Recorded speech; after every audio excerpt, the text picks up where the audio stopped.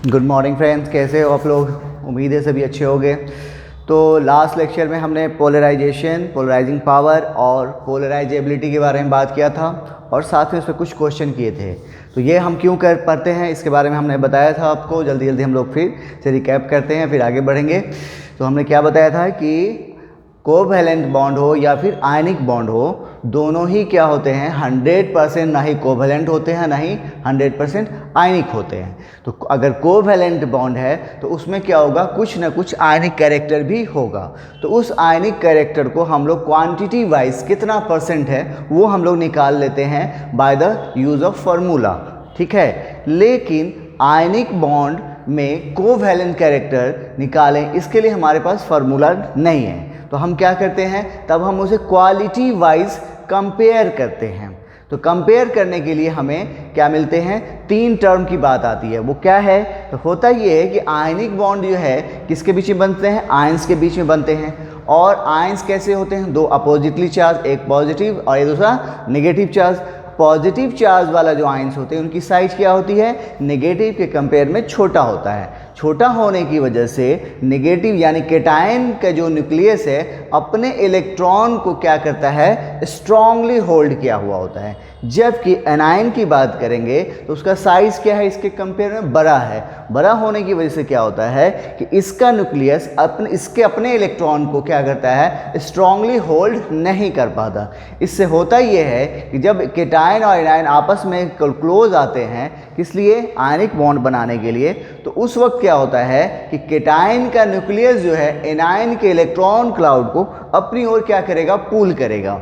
जिससे क्या फर्क पड़ेगा, जिससे ये फर्क पड़ेगा कि एनायन का जो इलेक्ट्रॉन क्लाउड है जो सिमेट्रिकली डिस्ट्रीब्यूटेड होता है, यानी इसकी वजह से स्फेरिकल स्ट्रक्चर बना हुआ होता है, वो क्या होता है, डिस्टॉर्ट हो जाता है। इलेक्ट्रॉन क्लाउड उसका क्या होगा, डिस्टॉर्ट होगा और किधर, केटायन की ओर पुल कर जाएगा। जिससे उसका क्या होगा, इस प्रोसेस को हम लोग क्या कहते हैं, पोलराइजेशन कहते हैं। यानी डिस्टॉर्शन ऑफ इलेक्ट्रॉन क्लाउड क्या कहलाता है, पोलराइजेशन कहलाता है। और जितना ज़्यादा पोलराइजेशन होगा जिसकी वजह से क्या होगा, वहाँ पे पार्शियल शेयरिंग होने लगती है।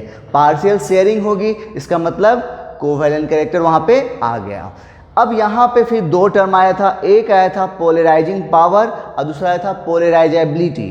तो पोलराइजिंग पावर क्यों, यानी कौन कर रहा है, तो कर रहा है कौन, ये पोलराइजेशन को कौन कर रहा है, केटायन कर रहा है। इसका मतलब ये हुआ कि पोलराइजिंग पावर किसके लिए डिफाइन होगा, केटायन के लिए होगा। और पोलराइजेबिलिटी हो किसका रहा है, पोलराइजेशन एनायन का हो रहा है। तो जिसका आप ये, तो इसके लिए पोलराइजेबिलिटी किसके लिए डिफाइन होगा, एनायन के लिए होगा, ठीक है। तो इस तरह से अगर पोलराइजिंग पावर भी ज़्यादा है तो पोलराइजेशन ज़्यादा होगा, और पोलराइज होने की एबिलिटी भी ज़्यादा है तो पोलराइजेशन होगा। यानी दोनों ही केस में क्या हो रहा है, पोलराइजेशन ज़्यादा होगा। और जितना ज़्यादा पोलराइजेशन होगा उतना ज़्यादा कोवैलेंट कैरेक्टर होगा, और जितना ज़्यादा कोवैलेंट कैरेक्टर होगा उतना आयनिक कैरेक्टर कम होगा, ठीक है। तो ये चीज़ हमने देखा था। उसके बाद फिर हमने देखा था कि इसको पोलराइजेशन को कौन कौन फैक्टर इफेक्ट करेगा, इसके लिए एक्सप्लेन करने के लिए कौन आए थे, फजन्स रूल हम लोग पढ़े थे। तब देखा था size of cation, charge of cation, electronic configuration of cation, ये चीज़ देखा था। फिर एनायन के में भी साइज और चार्ज देखा था। ये सब हमने फैक्टर में देख लिया था। और उसके बाद फिर हमने क्वेश्चन बनाना शुरू किया था कि कोवैलेंट कैरेक्टर को कैसे कंपेयर करेंगे, ठीक है। तो हम लोग जहाँ उसके बाद आयनिक कंपाउंड की क्या प्रॉपर्टीज है हम लोग शुरू में ही पढ़ चुके हैं। अब आइए उसी पर कुछ क्वेश्चन है। आइए, पहला क्वेश्चन आपसे यहाँ पूछा गया है कि कंपेयर मेल्टिंग पॉइंट, इसे कंपेयर करना है, ठीक है। तो अब यहाँ देखो, तो इसमें हमें क्या करना होगा, मेल्टिंग पॉइंट का मतलब हमें या तो कोवैलेंट कैरेक्टर निकाल लो या फिर आयनिक कैरेक्टर निकालो। बात अगर कोवैलेंट कैरेक्टर ज़्यादा तो आयनिक कैरेक्टर कम। आइए, तो यहाँ पर पहले हम एक क्वेश्चन बना रहे हैं, फिर आप ट्राई करोगे। तो यहाँ पे देखो, तो यहाँ पे क्या होगा, इस पे आ जाएगा Cu प्लस, इस पे Cl माइनस, तो इस पे क्या होगा, +2। तब यहाँ पे एनायन तो सेम हो गया, डिफर कौन कर रहा है, केटायन। देखो Cu प्लस और इधर क्या है, Cu +2।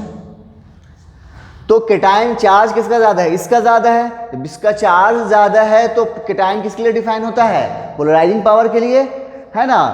तो पोलराइजिंग पावर किसका ज़्यादा होगा, इसका इसका ज़्यादा होगा। इसका पोलराइजिंग पावर ज़्यादा होने का मतलब ये हो गया कि पोलराइजेशन इसका ज़्यादा होगा। पोलराइजेशन इसका ज़्यादा होगा मतलब कोवेलेंट कैरेक्टर इसका ज़्यादा होगा। कोवेलेंट कैरेक्टर ज़्यादा होगा तो आयनिक कैरेक्टर कम होगा, और आयनिक कैरेक्टर कम होगा तो आयनिक कंपाउंड का मेल्टिंग पॉइंट क्या होता है, ज़्यादा होता है। तो इसका आयनिक कैरेक्टर कम है, इसका आयनिक कैरेक्टर ज़्यादा है, तो मेल्टिंग पॉइंट किसका ज़्यादा हो जाएगा, इसका ज़्यादा हो जाएगा। ठीक से समझेंगे एक बार, फिर आपको बाकी आप ही को ट्राई करना है।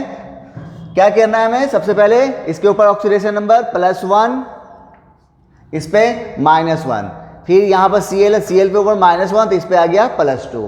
ठीक है, अब यहाँ पे एनायन दोनों सेम, तो हमें क्या करना है, कंपेयर करना है। कंपेयर में हम क्या खोजते हैं, डिफर कौन हो रहा है, कैटायन डिफर कर रहा है। तो यहाँ पे इसके ऊपर देखो तो +1 है, इसके ऊपर +2 है।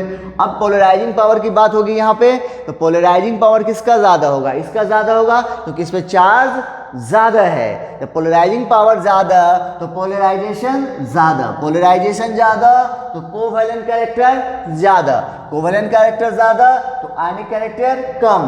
तो इसमें इसका आयनिक कैरेक्टर इससे क्या है, कम है, तो आयनिक कैरेक्टर कम होगा तो मेल्टिंग पॉइंट भी क्या होगा, इसका कम होगा। किसके कंपेयर में, इसके कंपेयर में।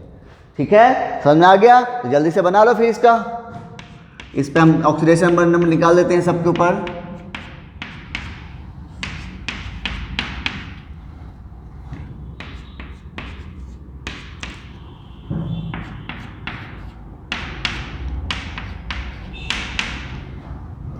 जल्दी से बनाओ।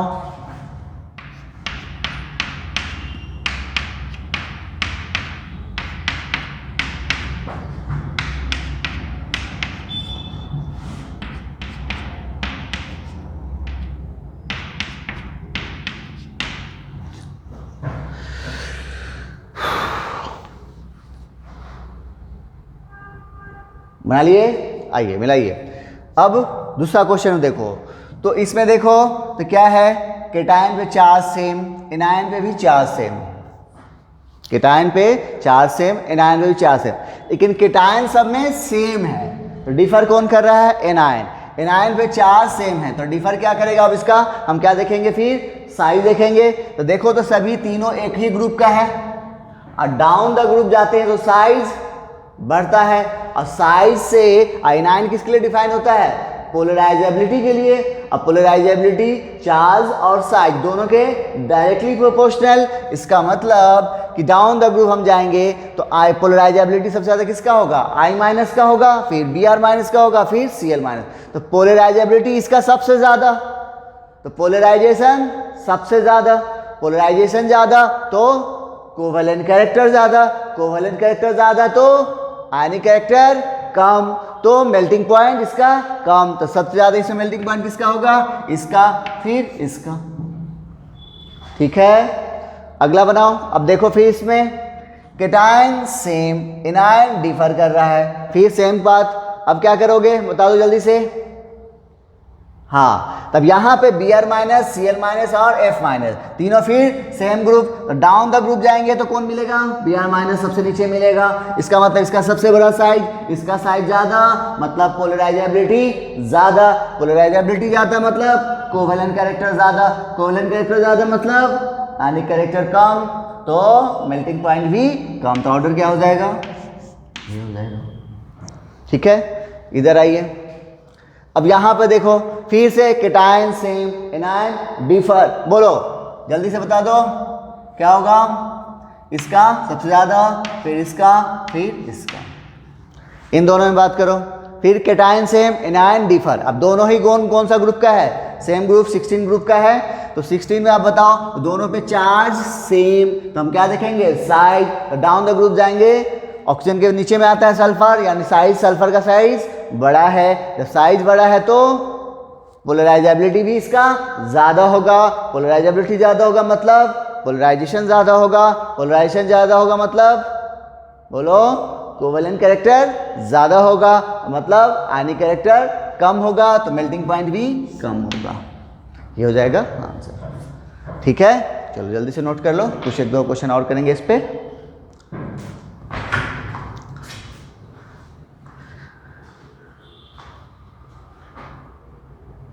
चलो अगला क्वेश्चन है कंपेयर थर्मल स्टेबिलिटी।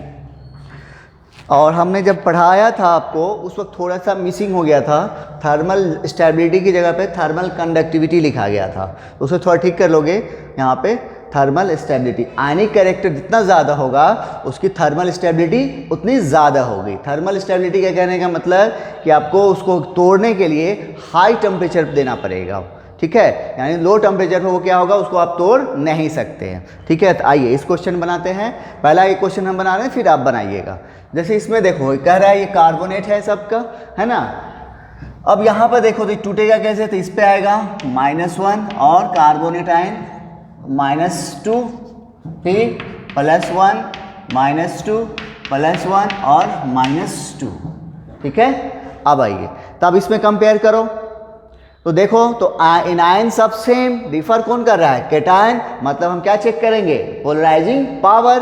तो पोलराइजिंग पावर किसका ज्यादा होगा, चार्ज सेम।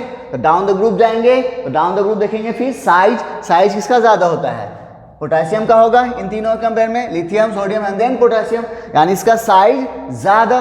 तो पोलराइजिंग पावर कम, इसका साइज ज्यादा तो पोलराइजिंग पावर कम। पोलराइजिंग पावर कम तो पोलराइजेशन कम, पोलराइजेशन कम तो कोवेलेंट कैरेक्टर कम, कोवेलेंट कैरेक्टर कम तो आयनिक कैरेक्टर ज़्यादा, आयनिक कैरेक्टर ज़्यादा तो थर्मल स्टेबिलिटी भी ज़्यादा। तो ऑर्डर क्या हो जाएगा, ओके, समझ में आया। फिर एक बार, अब यहाँ पे जो है आपको कार्बोनेट दिए हुए हैं, तो इसमें अब हमें कंपेयर करना है थर्मल स्टेबिलिटी कि इन तीनों में थर्मली स्टेबिलिटी का ऑर्डर क्या होगा। तो हमने क्या करना होगा, हमें उसमें आयनिक कैरेक्टर पता करना पड़ेगा। तो आयनिक कैरेक्टर पता करने के पास हमारे पास क्या है, फजन्स रूल यूज़ करते हैं हम लोग। तो हमने देखा सब पे, इस पे एनायन सेम है, कैटायन पे चार्ज सेम है, तो फिर हम क्या देखेंगे, साइज। तो साइज में देखो तो लिथियम सोडियम पोटेशियम तीनों एक ही ग्रुप का है, वो है पहला ग्रुप, और डाउन द ग्रुप जाते हैं तो साइज बढ़ता है। तो पोलराइजिंग पावर पे साइज का क्या फर्क पड़ता है, इन्वर्सली रिलेशन होता है, यानी साइज बढ़ेगा तो पोलराइजिंग पावर घटेगा। तो पोलराइजिंग पावर यहाँ पे क्या हो रहा है, ऑर्डर क्या हो रहा है, यहाँ पे घट रहा है। तो पोलराइजिंग पावर इसका इन तीनों में कम, पोलराइजिंग पावर कम मतलब पोलराइजेशन कम, पोलराइजेशन कम मतलब कोवेलेंट कैरेक्टर कम, कोवेलेंट कैरेक्टर मतलब कम मतलब आयनिक कैरेक्टर ज़्यादा, आयनिक कैरेक्टर ज़्यादा मतलब थर्मली स्टेबिलिटी इसकी ज़्यादा होगी। तो ऑर्डर ये हो जाएगा, ठीक है। चलो अगला बनाओ तो जल्दी से फटाफट।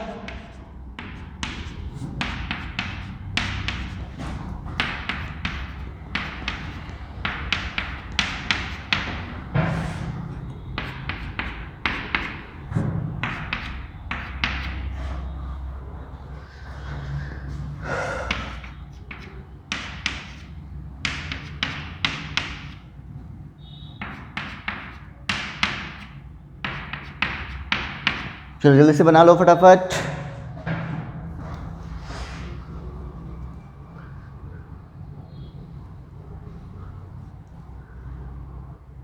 ओके, आइए मिलाइए। अब यहाँ पे देखो दूसरा क्वेश्चन में, दूसरा क्वेश्चन फिर एनायन सेम है, तो डिफर कौन कर रहा है, कैटायन। मतलब हमें क्या चेक करना होगा, पोलराइजिंग पावर। तो चार्ज सब पे, कैटायन में चार्ज क्या है, सब पे +2 है, मतलब सेम है। तो हम क्या देखेंगे फिर, साइड। अब देखो तो मैग्नीशियम कैल्शियम स्ट्रोंशियम बेरियम चारों का है, एक ही ग्रुप का है, सेकेंड ग्रुप, और डाउन द ग्रुप जाएंगे तो साइज बढ़ेगा, साइज बढ़ेगा तो पोलराइजिंग पावर घटेगा, पोलराइजिंग पावर घटेगा मतलब पोलराइजेशन घटेगा, पोलराइजेशन घटेगा मतलब कोवेलेंट कैरेक्टर घटेगा, तो आयनिक कैरेक्टर बढ़ेगा, आयनिक कैरेक्टर बढ़ेगा मतलब थर्मल स्टेबिलिटी भी बढ़ेगी। तो ऑर्डर क्या हो जाएगा, सबसे ज़्यादा इसका, फिर इसका, फिर इसका। इसकी बात करें फिर यहाँ पे एनायन सेम, कैटायन पे चार्ज सेम, बस कैटायन पे क्या होगा, फिर साइज देखो तो इसका साइज सोडियम से क्या होगा, ज़्यादा बड़ा होगा। जब बड़ा होगा तो पोलराइजिंग पावर इसका कम होगा, तो आयनिक कैरेक्टर ज़्यादा होगा। तो ऑर्डर क्या हो जाएगा, ये हो जाएगा। इधर बोलो, यहाँ पे फिर एनायन सेम, कैटायन डिफर, फिर वही बात, ऑर्डर ये हो जाएगा। इधर बोलो, अब यहाँ पे देखो +2 है और यहाँ पे +4 है, तो चार्ज ज़्यादा, चार्ज ज़्यादा तो बोलो पोलराइजिंग पावर ज़्यादा, तो पोलराइजिंग पावर ज़्यादा तो पोलराइजेशन ज़्यादा, पोलराइजेशन ज़्यादा तो कोवैलेंट कैरेक्टर ज़्यादा, कोवैलेंट कैरेक्टर ज़्यादा तो आयनिक कैरेक्टर कम, आयनिक कैरेक्टर कम तो थर्मली स्टेबिलिटी कम। तो ऑर्डर क्या हो जाएगा? ठीक है, चलो तो ये था आपको फजन्स रूल और आयनिक कंपाउंड में कोवैलेंट कैरेक्टर कैसे कंपेयर करते हैं वो हमने आपको तरीका बता दिया है, और उस पर किस तरह से क्वेश्चन आ सकते हैं वो भी हमने दिखा दिया है। तो ये इसको नोट कर लीजिए, कुछ होमवर्क देते हैं इसी पे, फिर हम लोग आगे बढ़ेंगे।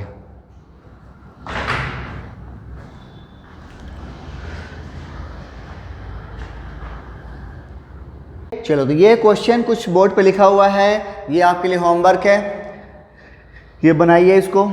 इसमें आपको 2 क्वेश्चन पूछा गया है, मेल्टिंग पॉइंट भी कंपेयर करना है और साथ साथ कोवैलेंट कैरेक्टर भी कंपेयर करना है। चलो जल्दी से नोट कर लो, फिर आगे देखते हैं।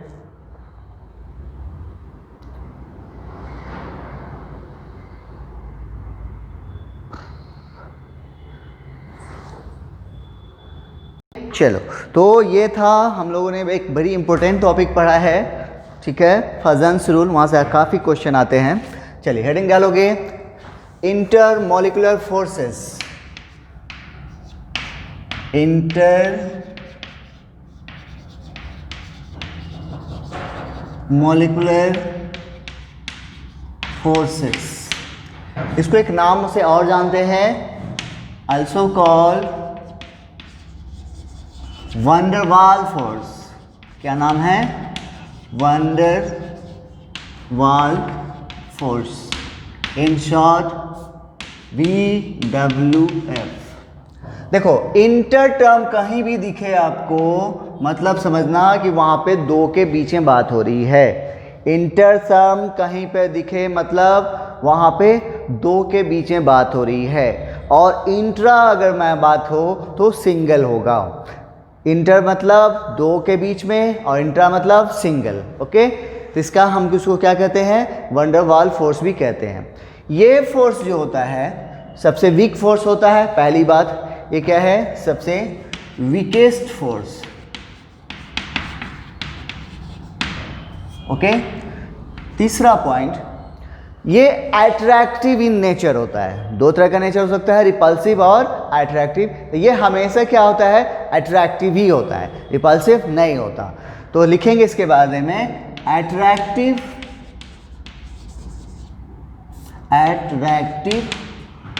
Force of attraction, attractive force of attraction acting between two same or different types of molecules is called, क्या कहेंगे? VWF, van der Waals force. ठीक है, नोट करो फटाफट यहां तक।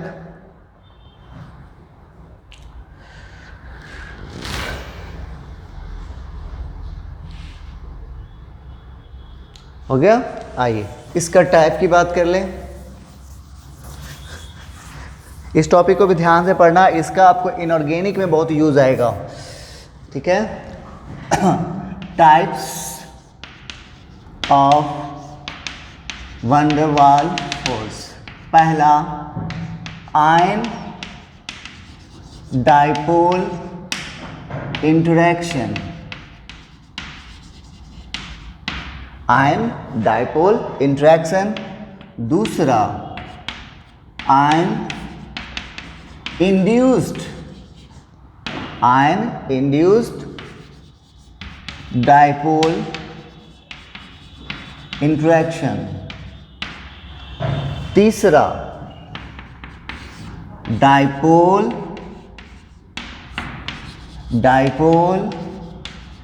इंटरेक्शन। चौथा, dipole induced dipole interaction. And पांचवा, instantaneous dipole induced dipole interaction. ये है 5 वंडरवाल फोर्स या फिर इंटरमोलिकुलर फोर्सेस ऑफ अट्रैक्शन। इन पांचों को हम लोग को एक एक कर देखना है, जल्दी से नोट कर लीजिए इसको।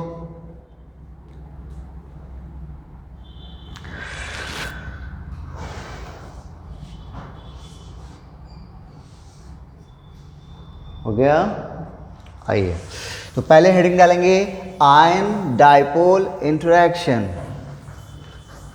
आयन फर्स्ट वाला डालोगे,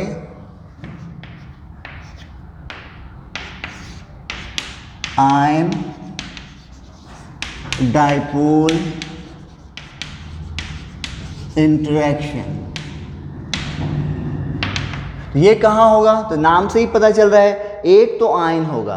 अब आयन तो क्या होता है? पॉजिटिव चार्ज भी होता है और नेगेटिव चार्ज, दोनों को ही आयंस कहते हैं। तो एक तो आयन होगा, चाहे वो केटायन हो या फिर एनायन हो। और दूसरा क्या होगा? डाइपोल, मतलब पोलर मॉलिक्यूल्स होगा। तो ये पहली बात, ये किसके बीच में एग्जिस्ट करेगा?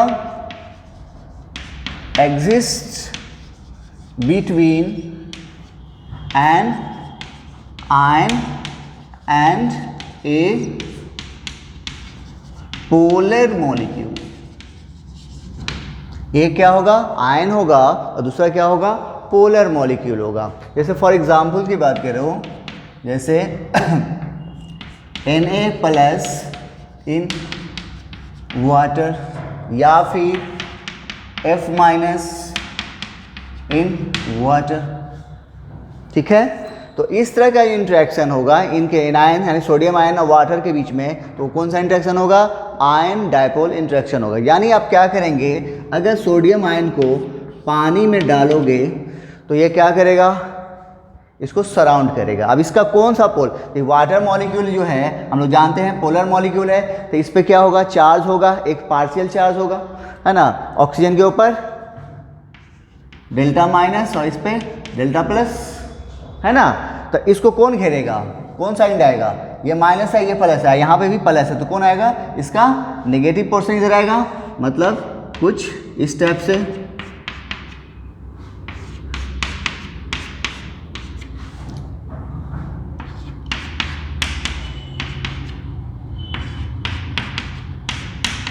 है ना। और इसको बोलते हैं हाइड्रेशन ऑफ आयन। क्या बोलते हैं? Hydration of ion. यहाँ पे क्या हुआ है? इंटरेक्शन हो रहा है किसके बीच में? माइनस और प्लस के बीच में। कहाँ गया? ओके, नोट करो फटाफट।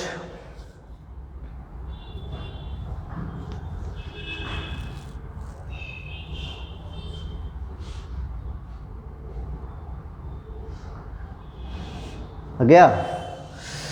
अब यहां पर चूंकि इस आयन को कौन घेरा था? वाटर घेरा था, इसलिए इसको क्या बोलते हैं? हाइड्रेशन ऑफ आयन कहते हैं। और नोट करके एक पॉइंट लिखोगे, if water is replaced by other solvent then call it, तब उसे क्या कहेंगे?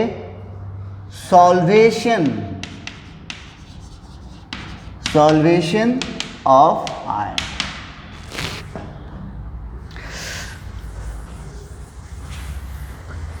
Okay, and ion dipole interaction जो होता है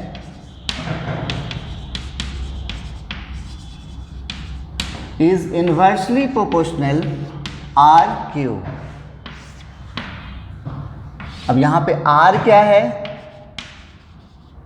आर जो है दो मॉलिक्यूल के बीच की दूरी है। क्या है? Inter molecular distance. ओके, चलो नोट कर लो फटाफट यहां तक।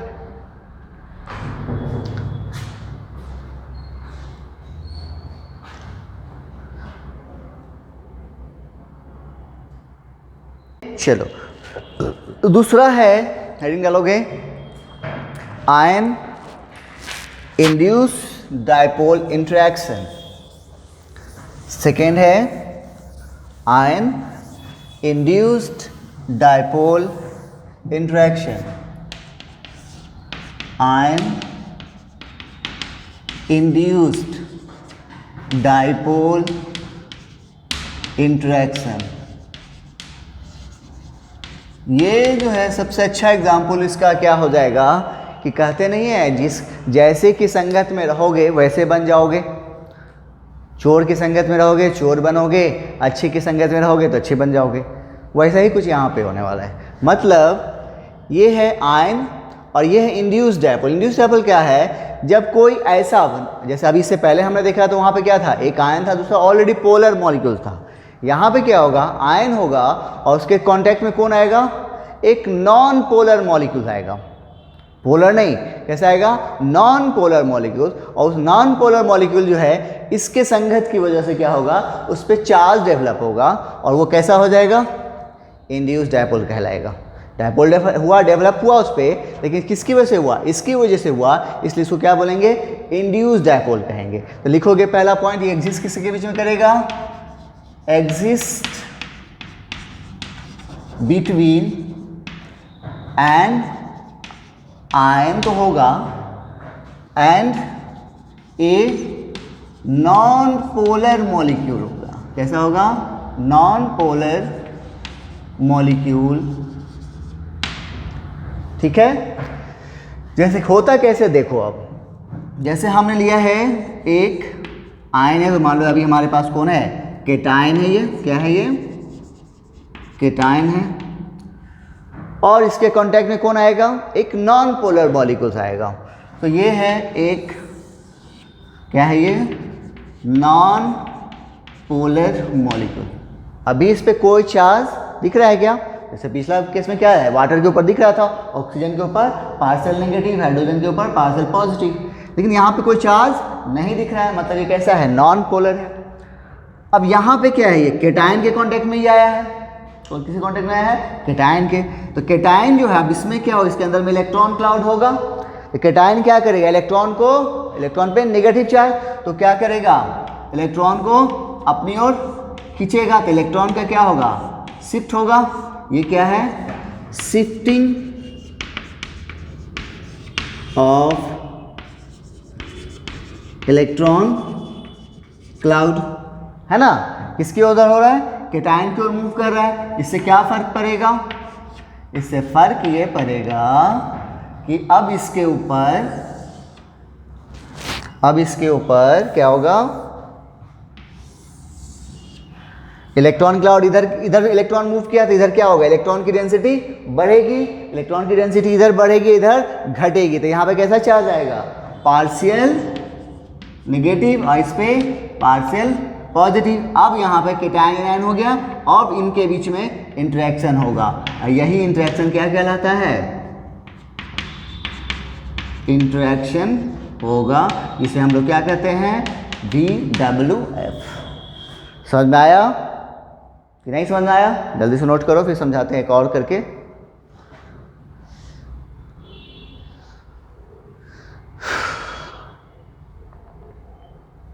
हो गया। अब यहीं पे हम उल्टा कर रहे हैं। अब हम कर रहे हैं क्या कि एनायन ले रहे हैं। क्या ले रहे हैं, एनायन ले रहे हैं। और फिर इसके कांटेक्ट में कौन आएगा, अभी ये है नॉन पोलर मॉलिक्यूल। बोलो क्या होगा, तो ये एनायन है, नेगेटिवली चार्ज, और इसमें जो इलेक्ट्रॉन है उसमें भी नेगेटिव चार्ज। तो इलेक्ट्रॉन क्या होगा, इसके उधर से इधर शिफ्ट करेगा, भागेगा यहां से, शिफ्टिंग ऑफ इलेक्ट्रॉन क्लाउड। फर्क क्या पड़ेगा इसकी वजह से, बता दो जल्दी से। इधर माइनस, इधर प्लस और B माइनस। अब इनके बीच में क्या होगा, इंट्रैक्शन होगा और यही इंटरेक्शन क्या कहलाएगा? आयन, क्योंकि ये क्या हुआ, इसमें कोई चार्ज नहीं था, इसको इंड्यूस किया किसने? इस आयन ने इंड्यूस करके क्या बना दिया? इसको डायपोल में कन्वर्ट कर दिया, पोलर मॉलिक्यूल में कन्वर्ट कर दिया। इस तरह से के इंटरेक्शन को क्या बोलते हैं? आयन इंड्यूस्ड डायपोल इंटरेक्शन कहते हैं। ठीक है, समझ में आ गया होगा। चलिए, तो ये था आयन डायपोल इंटरेक्शन और आयन इंड्यूस्ड डायपोल इंटरेक्शन। तो बच गया हमारा 3 और बच गया है, और फिर नेक्स्ट क्लास में हम लोग उन तीनों को भी देखेंगे, साथ साथ कौन कौन फैक्टर जो है वैन डर वाल्स फोर्स को इफेक्ट करेगा वो देखेंगे, और उसका क्या एप्लीकेशन है वो देखेंगे, और फिर हम लोग बढ़ेंगे, मूव करेंगे हाइड्रोजन बॉन्डिंग पे, जो कि बहुत इंपॉर्टेंट है। क्योंकि हाइड्रोजन बॉन्ड पढ़ाने से पहले ये पढ़ाना जरूरी था, क्योंकि इन दोनों का एप्लीकेशन आता है। तो पहले ये नहीं बताएंगे और वो बता देंगे, तो क्या होगा कि कुछ जगह पे उसका भी हमको क्या यूज लेना पड़ता है और इसका भी लेना पड़ता है। तो देखेंगे वो कैसे क्या यूज़ किया करते हैं। ठीक है, तो मिलते हैं नेक्स्ट लेक्चर में। Thank you.